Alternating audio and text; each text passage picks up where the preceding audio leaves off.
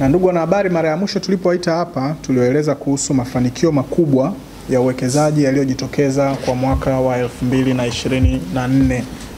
Na kama mtakumbuka, Waziri wa Nchi Ofisi ya Rais Mipango na Uwekezaji mapema mwanzoni mwa mwaka huu alitangaza mwaka 2024 kuwa mwaka bora kabisa wa uwekezaji, ambapo kituo cha uwekezaji kilisajili miradi 901 yenye thamani ya 9.31 bilioni dola za Kimarekani, na ikiwa ongezeko kutoka dola bilioni 3.7 za mwaka 2021, na ilikuwa ongezeko kubwa kabisa la kihistoria lililofanya mwaka huo kuwa mwaka bora wa uwekezaji tangu kuanzishwa kituo cha uwekezaji mwaka 1991.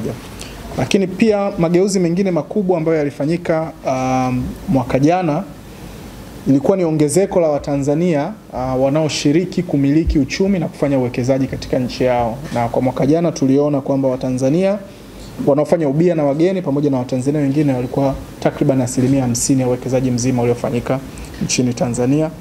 Na mitaji hii iliyoingia nchini ilizalisha zaidi ya ajira 523,000 nchini kwetu. Na haya ndio yaliyofanya mwaka huu ukawa 2024 ukawa mwaka bora wa uwekezaji Tanzania. Sekta zilizoongoza, sekta ya viwanda 50.4%, ikifuatiwa na sekta ya uchukuzi, usafirishaji, ikifuatwa na majengo ya kibiashara, utalii pamoja na sekta ya kilimo. Sasa haya yalikuwa mafanikio ambayo yalitokea katika mwaka wa 2024. Lakini leo tumewaita kwa ajili ya kuwapa mrejesho mwingine ambao ni bora zaidi ya maendeleo ya uwekezaji kati ya Januari pamoja na Mei mwaka 2025. Na furaha kuwajulisha ndugu wanahabari kwamba kituo cha uwekezaji kimesajili miradi 372, ikiwa ni ongezeko la 11.04 ukilinganisha na miradi 335 iliyosajiliwa mwaka jana katika kipindi hicho. Lakini pia thamani ya miradi ambayo imesajiliwa na kituo cha uwekezaji imeongezeka kwa 31.9, ikiwa sawa na dola za Kimarekani 3.7 bilioni ukilinganisha na dola za Kimarekani 2.8 bilioni kwa kipindi kama hicho mwaka jana. Lakini pia miradi hii inatarajiwa kuzalisha zaidi ya ajira 41,000.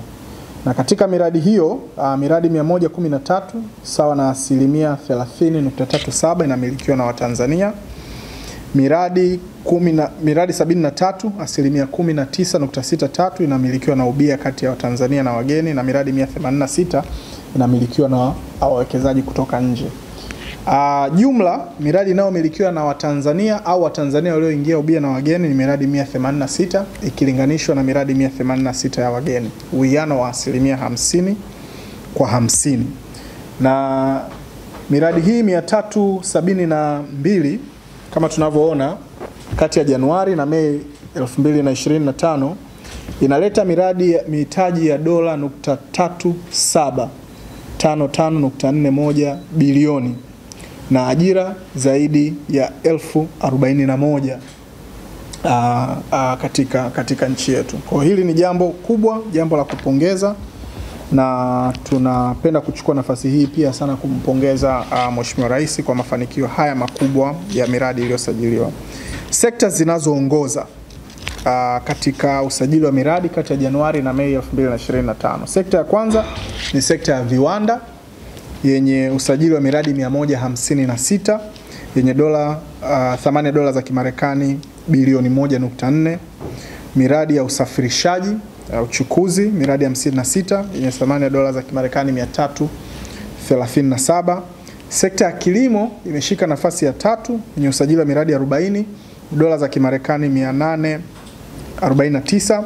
Utalii ikiwa ni ya 4 yenye miradi 39 yenye thamani ya dola za Kimarekani 107.26, na ujenzi wa majengo ya kibiashara ikiwa ni ya 5 yenye miradi 36 ikiwa na thamani ya mitaji ya dola za Kimarekani 160 milioni. Kwa nadhani ilikuwa ni muhimu sana pia kuainisha sekta ambazo zimeongoza kwa uwekezaji: sekta ya viwanda, sekta ya kilimo, sekta ya nishati, sekta ya usafirishaji pamoja na miundombinu ya kibiashara. Kwa haya ni maeneo ambayo tumeona uwekezaji mkubwa sana katika mwaka huu, kuanzia mwanzo wa mwaka hadi sasa. Lakini pia katika kipindi husika ningependa kusema kuhusu mikoa ambayo imefanya vizuri pia katika uwekezaji. Mkoa wa Dar es Salaam uliongoza kwa miradi 134, mkoa wa Pwani ukifuatiwa na miradi 90, mkoa wa Arusha na miradi 29, mkoa wa Dodoma miradi 14, na mkoa wa Geita na Morogoro imefungana katika namba 5 ikiwa na miradi 13 kila mmoja. Na tunaamini wiki hii ambapo daraja kubwa kabisa la kihistoria la Kigongo Busisi kuelekea Geita linapozinduliwa na Mheshimiwa Rais, uwekezaji utazidi kuongezeka katika mkoa wa Geita, hasa pia uwekezaji ambao unaongozwa na wawekezaji wa ndani.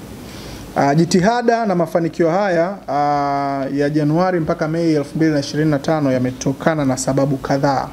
Sababu ya kwanza kabisa ni uongozi mahiri na thabiti wa Mheshimiwa Rais Dr. Samia Suluhu Hassan, mwanadiplomasia namba 1 ambaye amekuwa mstari wa mbele kuwawezesha Watanzania, lakini pia kuwatafutia fursa Watanzania na ndani na nje ya nchi ili waweze kumiliki uchumi wao wenyewe. Na tunapoona zaidi ya 50% ya uwekezaji mzima unaofanyika nchini unatokana na wawekezaji wa ndani, na hii ni ubora kabisa wa uongozi wa serikali yetu chini ya Mheshimiwa Rais Dr. Samia Suluhu Hassan.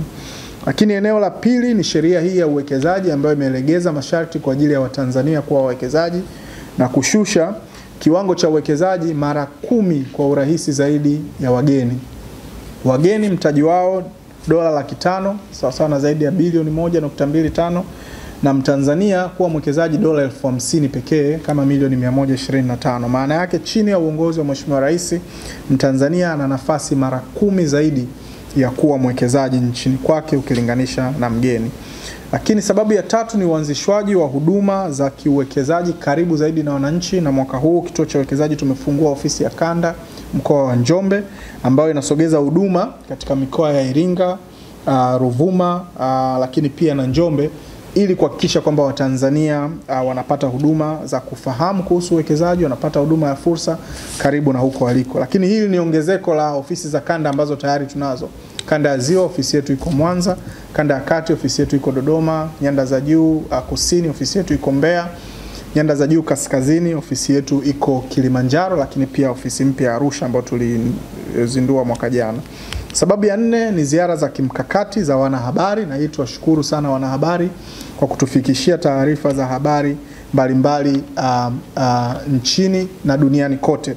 Na hii mfano kwa kushirikiana na ofisi ya msemaji mkuu wa serikali mwezi Februari tuliandaa ziara za kimkakati kutembelea viwanda, na wengi mtakuwa mnaona pia kupitia vyombo vyetu vya habari kuhusu taarifa mbalimbali za kiuwekezaji ambazo zinatokea. Sababu ya 5 ni utoaji wa huduma bora za kiuwekezaji kupitia kituo cha pamoja cha uwekezaji hapa Dar es Salaam pamoja na ofisi zetu zote za kanda, ambayo inasaidia sasa Watanzania kupata vibali kwa urahisi, kuanzisha viwanda vyao kwa urahisi, na ndio kinacholeta matokeo haya. Sababu ya 6 ni kuendelea kufuatilia na kufanya tathmini ya uwekezaji unaofanyika, na kati ya Januari na Mei 2025 tumetembelea miradi isiyopungua 737. Miradi hii tunaifuatilia, kama kuna changamoto yoyote tunajaribu kutatua, na lengo ni kuhakikisha kwamba wale ambao wanasajili miradi yao wanawekeza, na wale ambao wanawekeza hawapati changamoto katika uwekezaji wao. Sababu ya 7 ni utoaji wa hadhi maalum za kimkakati ambazo zinasaidia uwekezaji mkubwa kuweza kuanza kwa urahisi. Sababu ya 8 ikiwa ni kuvutia wawekezaji kutoka nje kuja kushirikiana na Watanzania, kwa kuwapa wawekezaji kutoka sehemu mbalimbali duniani ambao wanakuja katika kituo cha uwekezaji wanatafuta Watanzania wa kushirikiana nao. Na tulitoa tangazo mwishoni mwa mwaka 2023, Watanzania wanaotafuta ubia, wanaotafuta watu wa kushirikiana nao waje TIC kuweza kupata usaidizi. Sababu ya 9 ni makongamano, maonesho na mafunzo mbalimbali ambayo yanafanywa kupitia TIC. Na sababu ya 10 ikiwa ni kuongeza taarifa kwa umma kupitia mitandao ya kijamii, tovuti pamoja na ripoti mbalimbali ambazo tunazitoa katika kituo cha uwekezaji. Na hii imeendana sambamba na kuboresha na kitengo chetu cha aftercare.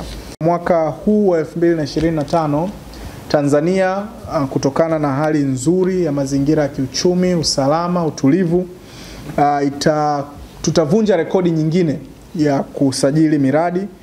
Mwaka jana tulikuwa na lengo la miradi 1000, tukafika miradi 901 ambayo ndio ilikuwa miradi mingi kabisa tangu kuanza kuchukua takwimu. Lakini pia malengo ambayo tumejiwekea mwaka huu ni miradi 1500, tukitegemea Watanzania ndio watakuwa wengi kabisa katika usajili huu. Lakini jambo lingine ambalo limejitokeza na ni muhimu na lenyewe kulizungumza ni fursa kwa Watanzania ambao wamefanya uwekezaji kupata masoko ya bidhaa zao nchini Japan. Kituo cha uwekezaji kimepata mshauri Mtanzania ambaye yuko ndani ya kituo cha uwekezaji kwa ajili ya kuwasaidia Watanzania wanaotaka kupata masoko ya bidhaa zao nchini Japan, na huduma hii itatolewa bure. Lakini pia kwa kushirikiana na shirika la maendeleo la Japan JICA, kuanzia mwezi wa 7 tutakuwa na afisa kutoka Japan ambaye atakuwa katika kituo cha uwekezaji mwenye jukumu la kuwasaidia Watanzania wanaotaka kupeleka bidhaa zao nchini Japan. Watakusaidia sehemu gani ya kupata masoko, ni kwa namna gani ya kupata masoko, namna gani biashara yako unaweza kuipackage, na huduma hizi zitakuwa zinatolewa bure zikilipiwa na kituo cha uwekezaji.